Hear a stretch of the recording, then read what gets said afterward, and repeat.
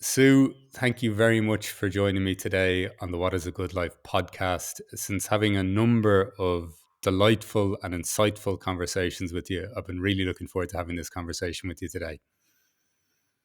Well, thanks a million for having me on, Mark. And I really appreciate you inviting me. And same, like I've loved our conversation. So I'm a bit nervous about what might come up today in a good way. Do you know, I'm like, Jesus, where is this man going to go? Where am I going to go? Let's just see what happens. I can, after appearing on another podcast this week, I can completely relate to those feelings. Look, Sue, as you're aware, the question that I kicked this off with is the question of: is there a question you're exploring as you move through life? Yeah. So look, I think there's a few for me at the moment. And do you know, honestly, as I'm getting older, I've got more questions than answers. And I suppose a few, and that relates to one of the questions, which is what is my relationship with uncertainty? And how can I become a little bit more comfortable with uncertainty on all levels? I suppose I have another question, which is how can I stay open in a world that sometimes feels quite polarizing? And what is sort of wanting to move through me as I live? And a recent question is how can I cultivate more of a relationship with the divine? So there are a few things that are going on in this very busy mind that I'm trying to quiet as well and just kind of listen a bit more. Well, these are relationship with uncertainty, stay open in a polarized world, and then a connection with the divine. I think these are all huge questions. Um, from your perspective, if we even just start with the first one, can you even describe a little bit your relationship or your what's evolved between you and uncertainty over the years? Yeah, so I've had a very difficult relationship with uncertainty. I think on one level, I'm very impulsive and will just do stuff like I moved to Australia with no plan, no visa, nothing. Um, and on another level, when change is happening to me or change is forced upon me, I find it very, very difficult. And what I'm working with at the moment is really that releasing of control and to surrender, not in a passive way of okay, but more in a way of trying to flow a bit more with life, um, and not needing to have so much control, which is difficult for me. And but it's also been a relief to let go of control a little bit and surrender into the what is. And actually, that's brought a bit more joy. From your sense there, just because when you said that, even just the letting go of control, I just had a nice deep inhale and exhale. What is it like? How would you even describe that sense of even just beginning to let go, and even just some of the, I don't know, the sense of life, and even how you might even describe how that may even feed into joy, or however else you might be experiencing it. Yeah, I think that's a beautiful description, what you've just said. And it really resonates with me that breath is life. And moving into that breath with what is really grounding, actually. I think I have to say this, do you know, there's something very ungrounding about living in a land that's not originally your own. Um, Right. and so creating a relationship with the land in Australia and the vibrancy of this land versus kind of, for me, what I feel is the magic of Ireland. They're very different energies. And so, for someone sensitive like myself, I think that's one of the reasons I went into control a lot more when I moved to Australia because nothing was in my control. And I was working with so many unknowns, including the whole cultural landscape, which I thought was much more familiar than it was. So having to unpick and uncover, like, geez, who am I in this context? Yeah. Um, and in another way, there was a huge freedom with that because I found in Ireland, I was quite boxed in. This is who Sue is. This is what she does. This is her family. And so I came from a small town in Ireland, which I love, but the freedom of the anonymity in coming to Australia. So it's kind of multi-layered, I guess, um, the freedom and the control, and learning to kind of flex a bit more with those. This is this is absolutely gorgeous. I don't know why it moved me so much when you said, well, obviously I'm an Irish person living in, hasn't lived in Ireland for 16 years. But that ungrounding and relationship with the land, can you say more on that? Because for whatever reason, I just found that deeply resonant. Yeah, I can. I feel there's a magic in Ireland that is very hard to quantify or qualify. And I think when you're on the land speaks to us. Hmm. And when we listen, and I don't think I ever listened when I was younger to the land. I didn't even know what that meant. I would have thought you were crazy if you said that to me in my 20s. I was too busy drinking. um, but as I've gotten older and gone back to Ireland, I feel this sense of like almost an alchemy that happens for me there. Hmm. So, for example, I visited Donegal last year for the first time ever, and there was a real magic in that land and a beauty, And I met Jen Murphy when I was home, who you've had on your podcast. And Jen and I visited a few sacred sites. So we went to a few, like a well, and we did a little ceremony there. And we did another couple of ceremonies, went to see Sheila na gig, one of the Sheila na gigs. And I have to be honest with you, like I could not drive after that. Like I said to Jen, I need a cup of tea because I felt like I was stoned because I had such a profound experience with the land that was under my feet. And I was like, oh my God. And actually, I felt a deep grief as well, um, of not feeling that when I was younger. Right. Hmm. And I think there's a mysticism in Ireland and an ancient land, not unlike Australia in a different way, which I'll get to, but there's just so much to talk about with Ireland. And then, of course, I started like going really like I was learning about the myths. And my brother said to me, "What do you want for Christmas?" I said, "I want a book on the myths of Ireland." And he was like, "What?" Um, but like I loved like reading all the stories. Like it brought up my childhood and joy actually, reading, kind of escaping into this fantasy world, which probably wasn't too much fantasy. There was probably some real stories in there. And just so many branches, like, and the divine in that. And then I went to see this incredible priestess down in Wexford, a lady called Coach, who was super powerful. And we ended up doing a massive process together, recommended to me by Jen. And so that again connected me back to the land. And yeah, there's some fear with that for me, I have to be honest. There's some fear in the sense of it feels so deep, it's quite scary because again, it's back to that unknown.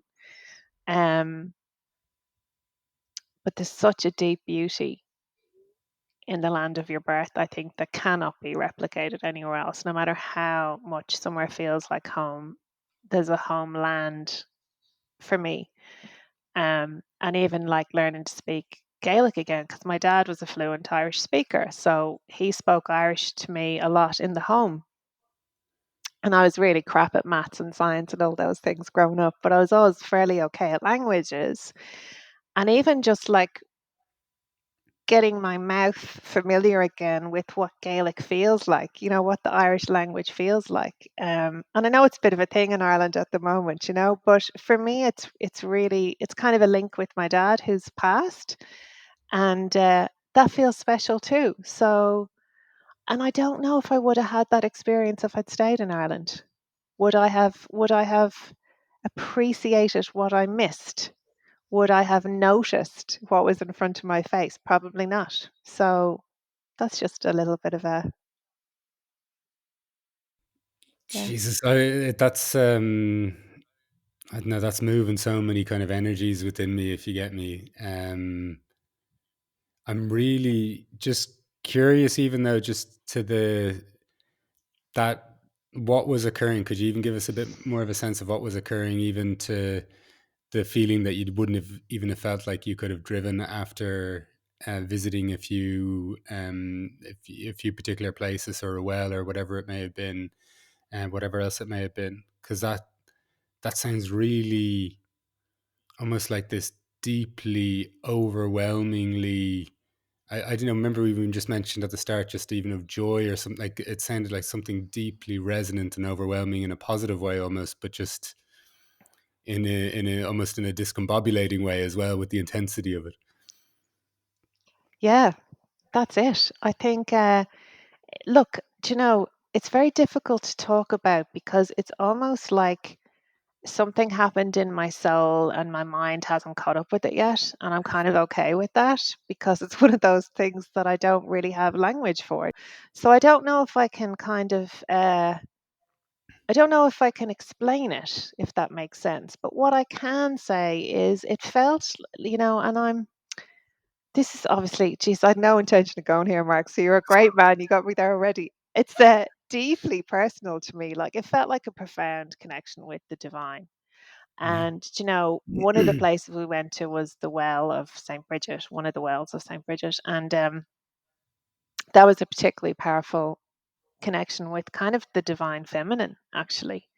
And connecting with that part of myself is actually what's allowed me to release control because I realized that for the feminine energy to really expand and grow, we need to be in that receptive place. And everyone has that within them. Like it's not because I'm a woman, right? You have that masculine and feminine energy. I have it too. And I think that was my realization. Being in Australia, I was more in my masculine because I had to kind of get a business up and running. I had to figure out who my clientele were here. I had to figure out, all the stuff you have to figure out you do with your head, right? This stuff isn't figure outable, you know? It's like it's like this profound sense of joy and freedom and love and oneness, and that all is all right with the world actually. And it's a great feeling of being stoned without taking anything to make that happen. Do you know there's something that just struck me though, and I've seen this. I think a lot of times our, let's say, if I'll just coin it, a spiritual path or journey. Particularly I think in the early phases, they can feel very ungrounded. And there seems to be, and this is obviously a lot of people will stay in the same country, but I know a lot of people that have actually moved away, and they talk about almost that, like, the freedom, and I've experienced this myself, like the freedom and liberation almost to just, okay, I can kind of be what I am right now because there's no one's going to be in opposition to that. Like, well, I know you're this, or remember you did that. There's just a freedom to just go express. And so there's like this, but it does feel like sometimes there can be a missing component to that. Or even if you see people go to India and they're chanting different things and they've just cast aside anything to do with Christianity or whatever it may be. Like, and not in a necessarily a processed way, but just kind of the baby out with the bathwater kind of stuff. And Mm, I'm talking about from my own experiences mhm, as mhm, well here. So even just what you're touching there on, though, like the actual physical act of connection with land, the coming back even to some of our own like lineage as well. Like if we can revere the lineage of other people, just coming back to our own lineage. And then just from my own perspective as well, just the thing you're touching on with language. And I love this sense of language also representing or keeping an aspect of your relationship with your father very much alive. mm. Like that's something gorgeous in that too. Like I really think that's that connection with, particularly in Ireland, like language. For me, that's going to be that's a presently an interesting line of like kind of inquiry and rekindling. But there's so much, I think, in what you said there, that I think, regardless of where you come from in the world, there's so much in that. I love that word rekindling, and I think that's such a powerful concept. And yeah, like I think, do you know, it's funny, like this guy on LinkedIn that I don't know, but I connected to him, is a guy called Chris Dalton, and he posted a book yesterday or the day before on, and it was written by his grandfather, Charlie Dalton, and it was on the Civil War in Ireland, the book, right? And I saw that and my heart stopped because my grandfather was a Dalton and my grandfather fought in the Civil War. They both fought on the Michael Collins side, and my dad was the other side. So you can imagine my mum and dad had some great discussions. But I sent that guy Chris a message, and I said, Chris, my granddad was a Dalton, and anyway, we got chatting or whatever. And the reason I'm raising that is because I contacted my cousin who's a fair bit older than me, and he said he had spoken to my granddad about this man Charlie and my uncle Paddy as well. And I just had this kind of moment of sadness to go, like, when I was younger, I had no interest in any of that stuff. Do you know? Like, I didn't care about my ancestors. I wasn't really interested in the lineage I came from or what that meant for me in the world today or what it meant for the collective, actually. But as I get older, I have a deep, profound inquiry with, geez, I wonder now what that meant for my grandfather and my grandmother, and he was a hero really in terms of what he did, and um, I'd love to have heard some more of those stories. So I think that connection to lineage, whatever it is for you or whatever it is for each individual, is so important. It's so important to ground us in the world and to help us to know who we are and where we've come from. And for me, it's given me more choice in my life to go. I feel like, and I'm getting goosebumps saying this to you. I feel so protected by my ancestors. I feel like they're all around me. I really do. And I can connect into that and connect into that energy of support and hope and love because your ancestors want you to be happy. And they want you to live your best life. Geez, Sue, you're each time you're talking, my eyes are either moistening up or I'm getting Sorry. goosebumps. Oh, sorry, No, Mark. no, this is delightful. This is can you tell me a little bit more about that sense of being feeling like kind of held or protected by your ancestors, and maybe even some path, or your kind of path or journey with that? Hmm. Just before you even start, I think I also just wanted to say recent, or just with the, in reference to what you'd already said, I think there's also something fascinating about going away and coming back and possibly realizing that I never would have had an interest in this stuff if I had stayed. That's just another fascinating part of this that I wouldn't mind touching on later. But just initially, with that sense of my ancestors held, feeling protected, I'd Hmm. love to hear more about that. Mm. Well, look, it started, I lost a sister at quite a young age. And so I suppose I always had, like, suddenly. And so I suppose I always had a reason, like, to connect in with the dead, for want of a better word. And I wanted to. I wanted to have that connection with my sister. I wanted to, um, look, without going into detail, there was a lot of guilt for me because my last conversation with her was an argument and I was quite young. So I wanted to have that sort of healing where I felt like I was okay and she was okay. So that was really what sparked my interest. And that was when I was much, much younger. Um, so I went to see quite a few mediums and psychics and everything. But then I had fear around that because I was brought up a very strict Catholic, and I was like, "Oh my God, am I inviting entities in or some, dark force?" So I stopped all that, and then I just started sort of on her birthday, which is the 23rd of June, or Christmas time. I would just have a conversation with her, And it involved, spending time with her, actually, even though she was in the other world.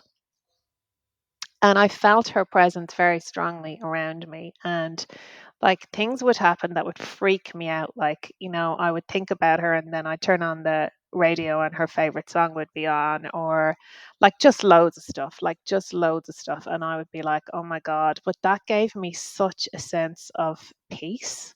And I felt like she was very strongly with me. And I felt very strongly that she forgave me for that argument and that um she was looking out for me.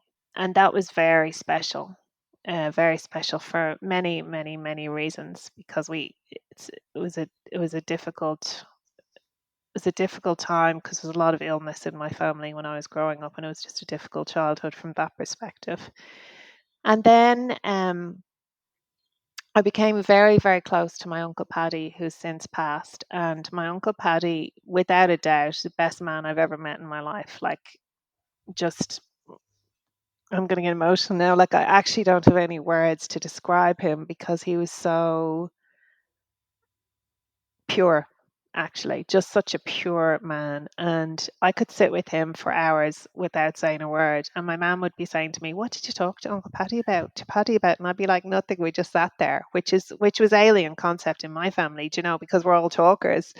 Um, But he was totally mystical, like, so I remember going to see him when he was in his 80s. Sorry, my eyes water for some reason. I went to see him when he was in his 80s, and he was reading a book on preparing for death.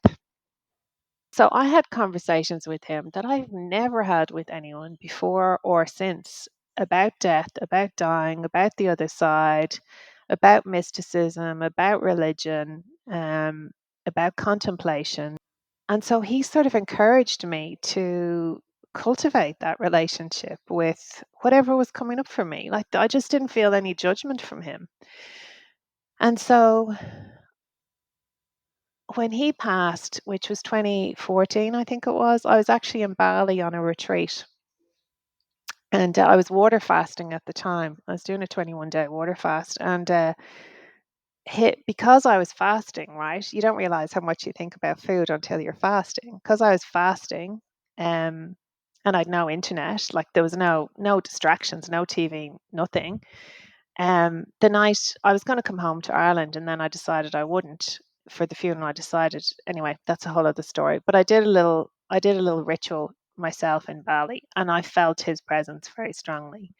And I suppose then I had my sister and my uncle Paddy and my dad, who'd passed, who I was very, very close to as well. So I started just calling on them when I needed help, and something would happen, and I would give a very clear instruction to the universe, like, listen, I want to see 11:11 tomorrow, and tell me if that's a yes or a no, or please help me decide if I should stay on this job or go, or whatever it was. And I would always get some kind of support, some kind of help. And I've never really talked about this because people think you're a bit crazy. But actually, I'm sort of used to being called crazy from a very young age, because I was always connected to my feelings when people in Ireland probably weren't. So people would think I was a bit different.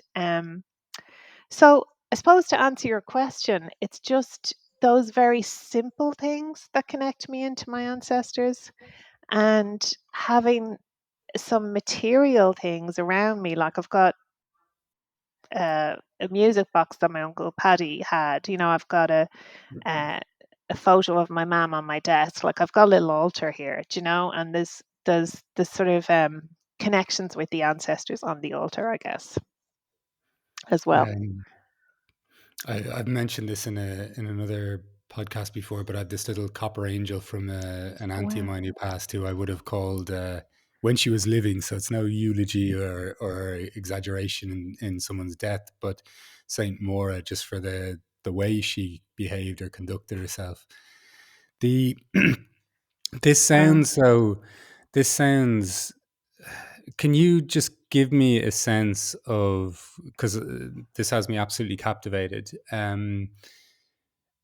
A real felt sense that you are in the presence of, like, I wouldn't doubt what you're saying for a moment. I just want to know what your experience, like, what's even the quality of that like? Of feeling like there's someone here with me. Yeah. It's complete peace, uh, which I don't experience very often, just to be clear. That's, just to be like really real here. Um, so there's just a complete sense of it's all okay. And I feel this connection with everything and everyone. And gratitude, which I haven't always felt either from my family, gratitude for the lineage I've come from. Um, and that really sits in my heart. So if I had to describe where do I feel that, it's in my heart. And it allows me to get out of this constant head, which is a bit of an overthinking head. Uh, yeah. Just given what you were saying, your second question was like, how can I kind of keep my heart open, or like, how can I stay open to this polarized world? Where do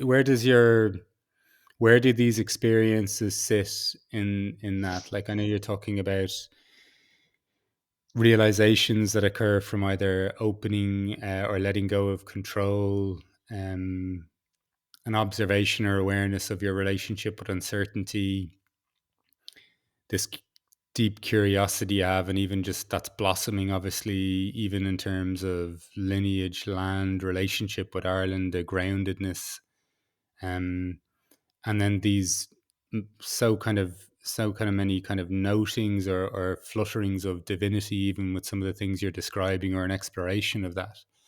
Just wondering, how does that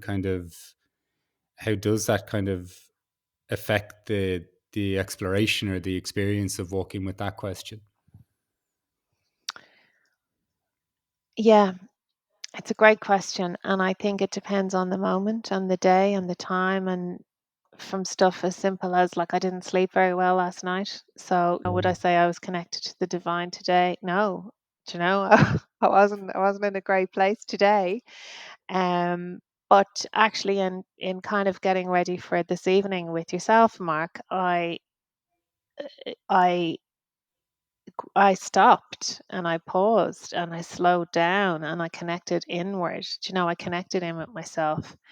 Um, and I've done a fair bit of inner child work, and I realized one of the needs of the inner child is sleep, right? So it was kind of just saying, listen, it's okay, like I'll go to bed early tonight. And kind of that self-soothing is very important, I think, as well, like in learning how to self-soothe in a healthy way. Um, and then that sort of allows me to drop into my heart. And then that allows me to get connected to myself. And I feel, I don't know, I don't want to say too many things or like it's an Irish thing, because I don't want to use that as a reason or an excuse or anything like that. But I certainly know, like I've worked with quite a few Irish people over the years, and if I think about myself, I think generally speaking, we're a bit hard on ourselves. And what I'm learning to do is genuinely be a bit softer with myself, and learning that compassion and that kind of kindness to self has been a very hard journey for me. Um, and as I've got this beautiful woman in my life, Marguerite, who's in her 70s, and she's so humble. I actually don't know what she is, but I know she's a psychotherapist. I know she's a body worker. I know she's a naturopath. She's done heaps of stuff. But when I go and see her for a session, like she gets you on the table straight away, and you're talking and she's working your body as you're talking, right? And so she'll say to me, "Oh, darling, the voice of self-flagellation is very strongly with us today." And yeah, I just laugh, right? And it pulls me right out of it. And we just laugh. So I think it's brilliant that now, I mean, geez, it's taken me long enough, but like now I can laugh at that, and kind of genuinely learning that kind of pausing, stopping, and going, I've been hard on myself for this many years, and actually, sometimes a bit of softness, a bit of kindness. And that's also where I feel supported by my ancestors. Even my mom died the year before last, and that was very difficult because obviously COVID.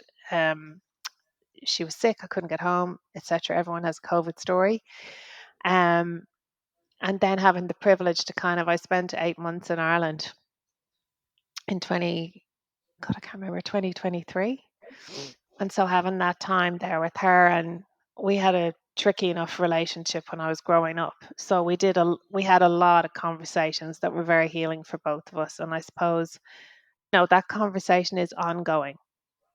Yeah. I will talk to my mom now and I will actually hear something. Now, I don't know if that's my voice, or it doesn't matter, actually. It doesn't matter. What matters is that I can keep having that conversation. And it's very sacred, it's very private, and I feel very grateful. And I also feel a bit of grief that I didn't mellow a bit sooner with my mom and her with me. We're actually very alike in a lot of ways. But no matter, because it's still happening.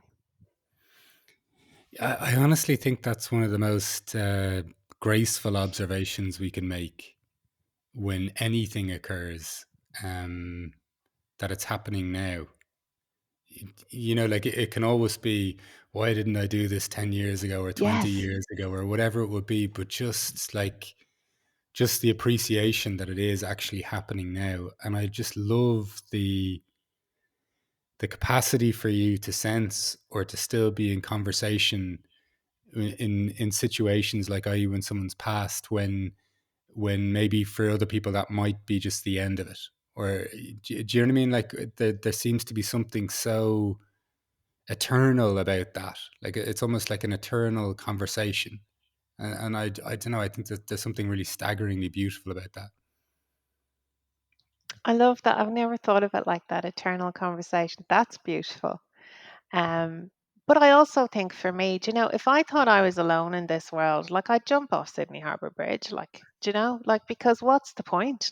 And that's just my belief. That's no judgment on anyone else. But for me, that connection with my ancestors, connection with the divine and whatever, for me, it's God, right? But for everyone, it's going to be something different. But it's a different God than the God I was raised with. Right. Um, and yeah, for me, that gives me a sense of grounding as well. To know we're not alone in this world. We're never alone. I always remember being at Wayne Dyer, like when I was in my 30s over here, and I had a goosebump moment. I remember he came out on the stage and he just said, if you knew who I didn't know what this meant at the time, by the way, but it had an impact on me in a felt sense way. He said, if you knew who walked beside you every moment of every day, you would never feel fear again. And that just, oh God, that just touched me so deeply. Would you mind just saying that again? Yeah, if you knew who walked beside you every moment of every day, you would never feel fear again. Jesus, that's beautiful, isn't it? Stunningly beautiful. Yeah. I think there's something fascinating in this life with I can hear something like that, and it can resonate and it can move me. And then I could still have the most ridiculous interaction later of no consequence and feel very separate from someone. Yeah. Do you know what I mean? And I'm not even Yeah. talking about someone influential in my life. Like it could just be a quick judgment of someone on the street for something that they've done, or whatever it might be. And I don't think it's to be I don't think it's to be judged or maligned, but almost just to be in awe of the range of this experience of life. Like the range in how connected I could feel to someone on the street too, because that happens very frequently as well, and Yeah. how separate I could feel as well. There's something about not necessarily even just curing the sense of separation, but just at least initially just to be able to sit with the range of this experience and go, fucking Mhm. hell, this is a lot, you know? It is. It's huge. And there'd be one school of thought that said, "We chose this," like, Yeah, we and I'm going, "Geez, I wasn't thinking very clearly," because I think the art school is very difficult. Like, I do. I think it's very difficult. And I know you're the podcast host and you're the one asking the questions, and am I allowed to ask you a of question? course. Yeah, yeah, yeah. So, are you aware when you feel that connection and that separateness, are you aware of like what part of Mark, or like who are you in those moments, if that makes sense? Like, do you have any sense of that? Yeah, I'm I'm more at this stage, I'm kind of more interested in the just what is that like, how can I feel that feeling right now? And Mm, what does that tell me? If or does yes. that say something to me? Do you know what I mean? Yeah. And maybe I'm saying the same thing. Sorry, excuse me there. Maybe I'm saying the same thing, but there's something to it where I think my approach at this point in time is, can I just sit with, you said meeting what is here at some point. And really, I'm trying to just meet what is here. And in some way, it's not that I don't see, I see a huge value in some sense of self analysis and interpretation of things. But really, from a sensual point of view, or, I'm approaching it a little differently at the moment, in that I'm just trying to sense as much as I can. And Mm, then you let those senses, as opposed, because I've gone down an analytical route, and obviously held very, like, I fixed ideas on what's rational and what's real and these kind of things, which I have released, or I've let go of to some degree. But there's something about just, can I sit with all of this right now? Can I not look away? mm, And the more I do that, the less judgment I feel for the experiences. The it's not that I don't acknowledge them. It's not that if an experience arose where I was in need to apologize to someone, I felt that, like, or anything like that. It's not about resisting judgments. It's just, the more I tend to feel, the less I tend to judge. And so for me, I'm just kind of, it more might just, a moment of separation more might, when I realized just how separate I felt, it might be more inclined to just, a huge laugh might come out of me, or just like, I'm kind of in awe of, like, Jesus, just 3 minutes ago, I looked at that stranger, I looked them in the eyes, we smiled, and I almost felt I could sense love. yeah. And now I'm looking at this person going, like, what's wrong with you? Like, Yeah, yeah, yeah, yeah, do you yeah. know what I mean? And 100%. and those things just happen too frequent. Like, The the polarity. differences, yeah, the polarity. It just happens too much for me to go, I have to figure out this, if you get Yes. me. Yeah, I do. So I do. that's just, yeah. Go on. No, I love, like, it's very powerful what you just said about, like, the more I feel, the less I judge. I think that's really beautiful. And I'm noticing that for myself too. Like, I had quite a difficult interaction with someone today who works in the bank that I'm a customer of. Um and I thought to myself afterwards, geez, was I a bit harsh on him now? And then I thought, no, actually wasn't. Like, I needed to say, listen, I'm not happy with the service for these reasons. But I did find myself in judgment of that person, right? Because Mm. they were ringing from the CEO office. So I was kind of expecting a bit more empathy or a little bit of understanding. And that brings me to something as well, that, like, I realize how many expectations I have and how they're at the root of a lot of disappointment in my life. When I have expectations of myself or others, I'm not talking about having standards or wanting to achieve something. That's very different than having an expectation, because for me, an expectation comes with you should or I should. And that never brings me down a path that leads to joy. you know,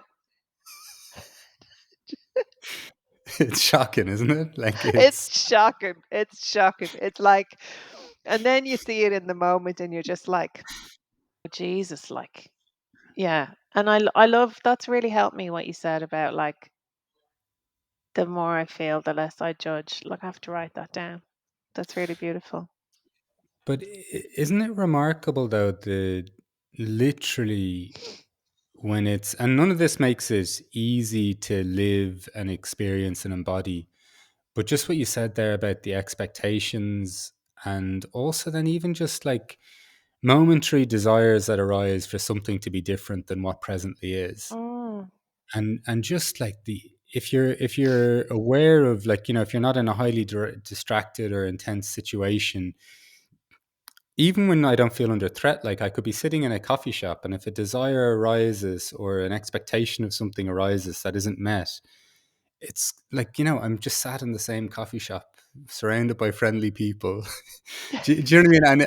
And it's this kind of self, as much as we can create anything independently, but like it's nobody has thrusted this upon me, like hmm in that sense, in that very moment. And it's just remarkable, I think, just to notice the dis-ease or the discomfort that we almost can cultivate in mm. how we're seeing this life.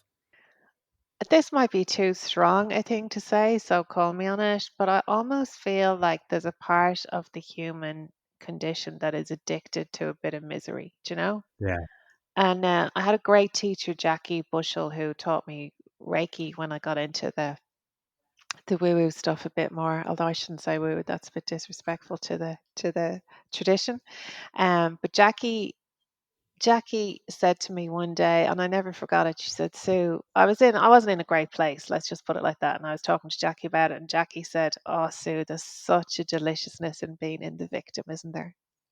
Oh, And it made me laugh, right? Because there's kind of a deliciousness with going there and going, "Oh, poor me," or a comparison or the striving or all that stuff we do in the first half of our life, which is all that like striving, achieving, got to get on, got to do this, the comparisonitis, whatever's going on, you know?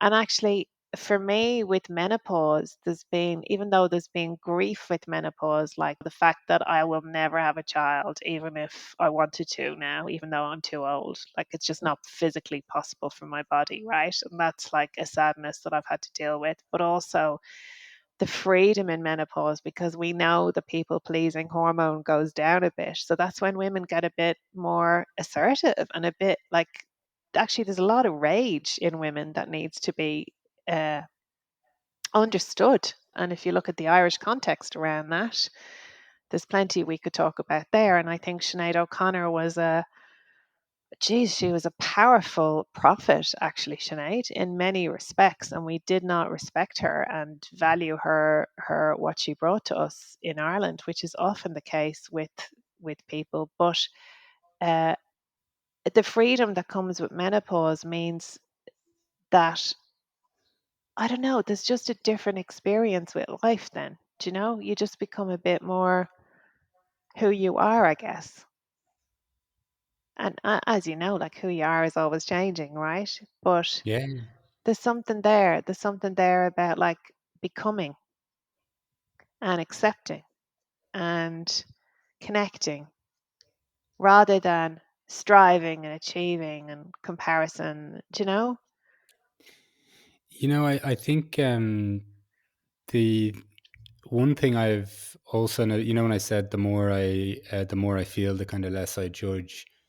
Another thing I definitely say would be, the more I sense I'm expressing myself, and as you say, that changes. Like, I think we have some very unhelpful ideas around who am I, and these are my five fixed values, and because we'll come up against life situations where lots of things will be compromised at different times, or just simply change. Hmm But I think when we are expressing ourselves and just feeling like we're some sort of, like we're playing that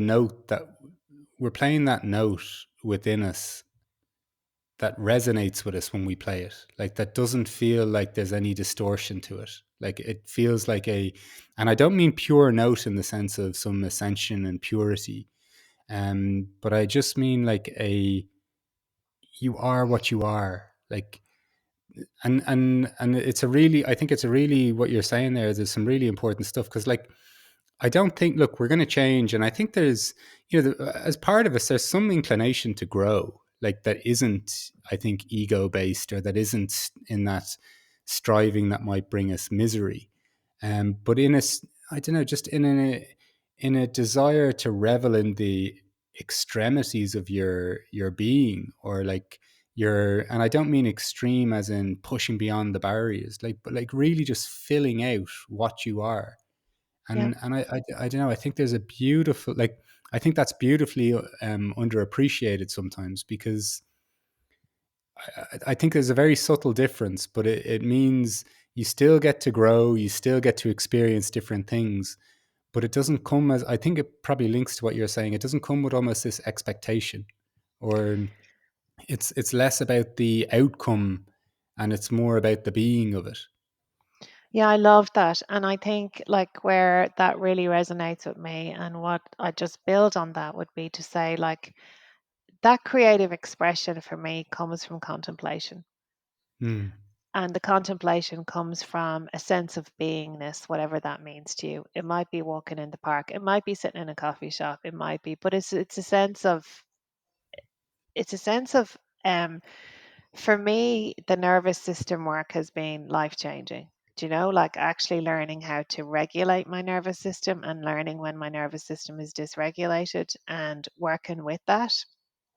And then from contemplation, which is kind of that more inner work, I guess, do you know, comes the outer work, which is that creative expression. That's the first thing I'd say. And to your point about like, I totally agree. We're changing all the time. Like I was at the poet David White last Saturday here in Sydney, and it was, oh geez, it was like talk about balm for the soul. Oh God, he talked about. I mean, that's why Ireland is very much with me at the moment. I mean, he talked about his friendship with John O'Donoghue. He talked about. Actually, he talked about a number of beautiful things, but one of the things in relation to what you just said that he spoke about was this concept of disappearing. And he said, we're always disappearing.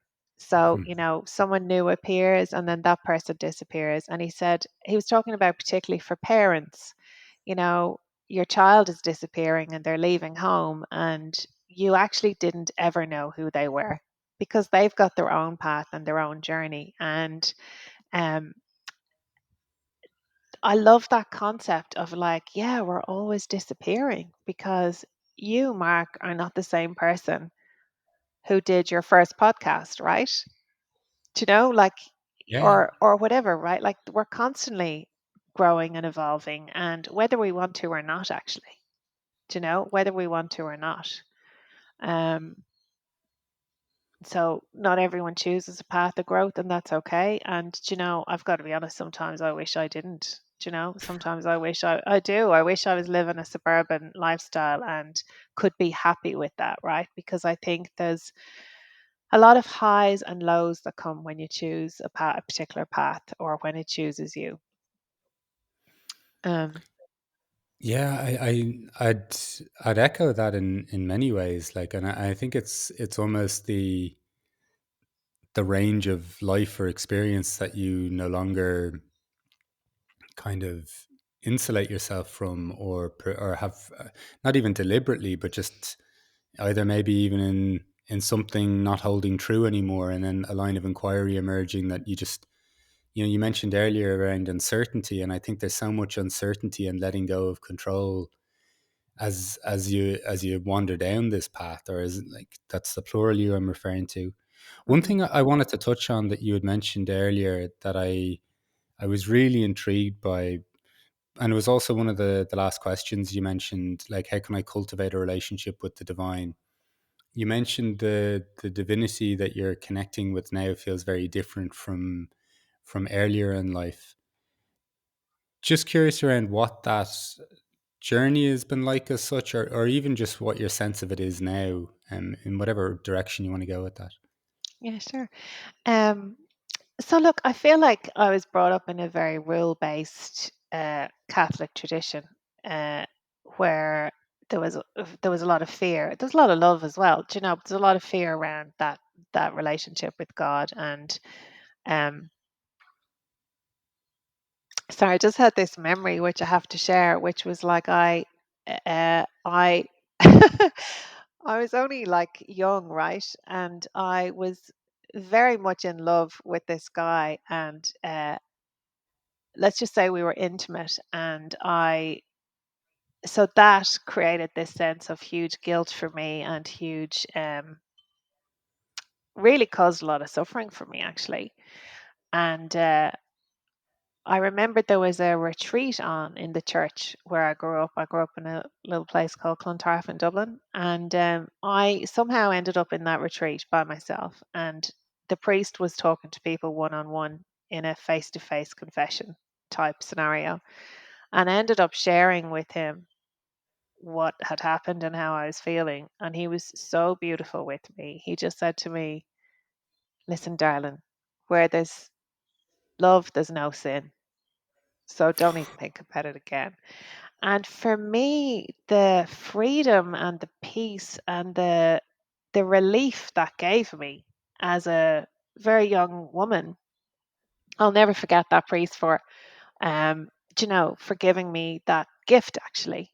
And I came home and told my mum, and she was disgusted with the priest because I'm sure my mum was terrified I was going to go off and do whatever. I won't go into it on this podcast, but I was a bit wild when I was younger, and I think my mum was just trying to protect me. But just so that was my first experience of a real loving God in the face of sin.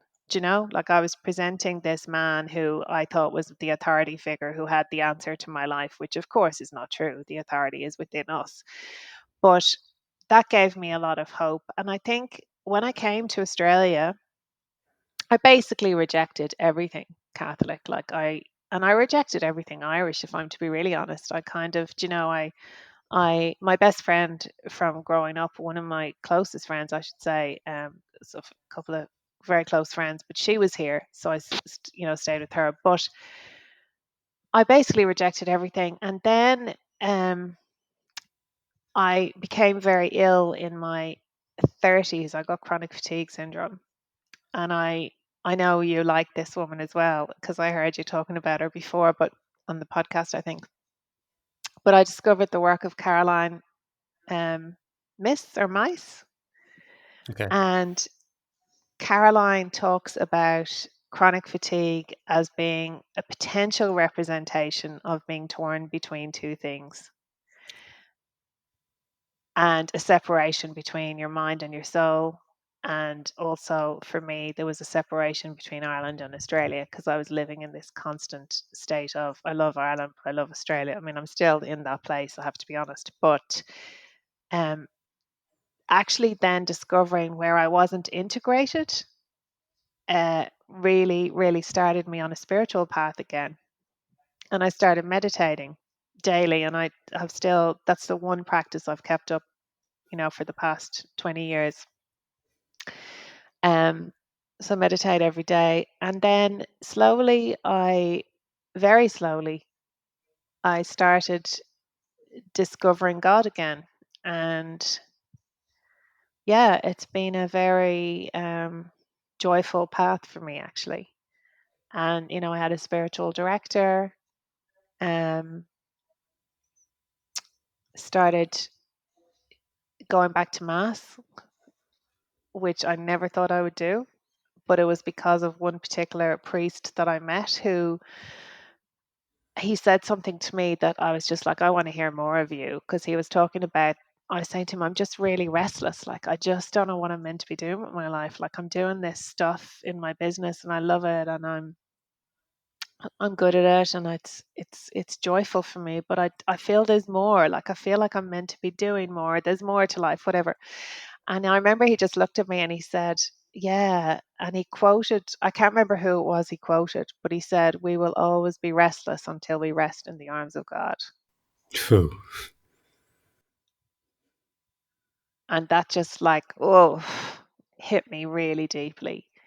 And so that's what I am cultivating more of. How can I rest in the arms of my ancestors? How can I rest more in the arms of God? How can I rest more in nature? How can I rest more in something that is beyond me, above me, behind me, below me, that is not me and is me? Um, Yeah. Just over the course of the conversation, Sue, between, opening up with these questions, one around like uncertainty, keeping ourselves open in this world, relationship or connection with divinity, exploring ideas around groundedness, ancestors, being held by ancestors, experiences like just one. I'll probably ask you another time about your relationship with your uncle when we speak again. That sounded absolutely magnificent. Opening ourselves up to just a relationship with ourselves too, right? Like, and cultivating more compassion for ourselves and the effect that that has on us in the world, shifting through life, and an awareness of these shifts, and a becoming of ourselves as well. And then just this constant, I don't know, it seems like there's so many invitations in your life to just, engage with either the divine or something even beyond this realm as well. So many fascinating things you shared. Just really curious to hear your response to the question of what is a good life for you, Sue. Yeah, I think it's look, if you asked me, I think that's going to change every day, to be honest, depending on the day. Do you know, for me, it's a few key things. It is that growth, it is that connection, it is that curiosity. Like, do you know, I am a deeply curious person, and the curiosity really stimulates me. Like, I love hearing people's stories. I love hearing a different perspective to mine and kind of getting to think about that and contemplate it and get more curious. Joy, as we spoke about just before we came on, like joyful, like, and I think that's a much easier thing to, sorry about that, it's a much easier thing to work with than happiness, right? Like, Hmm. because you can have moments of joy, like yeah, um, being of service in the world, like contributing, is very important to me, and finding better ways to contribute, different ways to contribute. And actually, I don't think you can talk to someone Irish without out at some point mentioning death, right? And in the spirit of that, I'd say, and I don't mean this in a morbid way at all, but I mean it in a way of like, I am thinking about more like, what do I want to be saying on my deathbed? Do you know? And it's very simple stuff, very simple stuff. And so living a life that's more aligned with that, and having and finding the courage, because finding the courage to do that on a daily, monthly, yearly basis. um and I think that sometimes I'm in despair about the state of the world. So many things that I go, Jesus, like, are we not more evolved than that as humanity? And then there's moments of beauty and hope and kindness. And I go, it's what you said earlier. It's like all of that, right? It's all in the mix. Um, yeah, so there's times that I find life very difficult, and there's times where I'm so grateful, and it's a really good life, and I'm grateful to be on the earth at this time. Sue, I felt you've spent most of this time just talking directly to my soul. So for that, I'm extremely grateful. And I just want to say thank you so much for this conversation and for joining us on the What is a Good Life podcast today. It was a real, real delight for me once more. Thank you so much, Mark. And I have to say, your presence and your deep curiosity and your ability to be with what is made that all possible for me. So it's just two souls having a conversation, right? So thank you.